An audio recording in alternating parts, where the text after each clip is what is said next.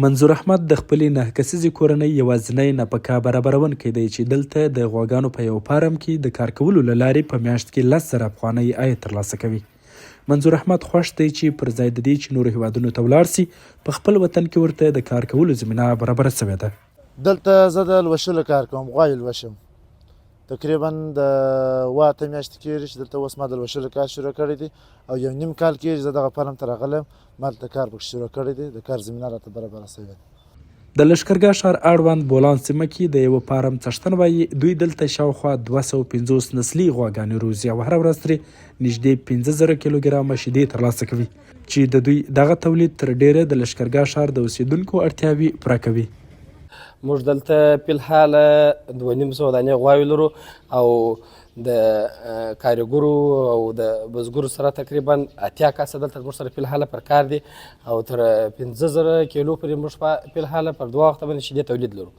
په دغه فارم کې نور کارکوونکي هم له هیوادوالو او پانګوالو غواړي چې د مالدارۍ په برخه کې پانګونې وکړي.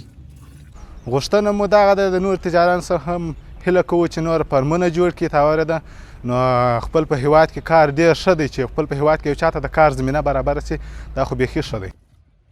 بلخوا د هلمند د کرنې اوبو لګولو او مالدارۍ ریاست مسؤلین وایي په دغه ولایت کې 15 ثبت شوي د غواګانو فارمونه فعال دي او د دوی ریاست هڅې روانې کړي دي څو مالداري لا پیاوړې او عصري سي. د هلمند په ولایت کې شاوخوا موږ د شیري غواګانو خصوصا د غواګانو فارمونه چې د اتحادیه د کاوله او زموږ د معلومات لرو یې 15 فارمونه لرو. د ودې د فارم دا کړي دي چې زموږ د امریت مربوط چې کوم مسلکي کسان دي یا کوم زموږ مربوط کوم فارمونه یا کوم امکانات موږ ټولو د خصوصي سکتور سره شریک کړي دي، خپل د وزارت سره وخت په وخت شریکوو.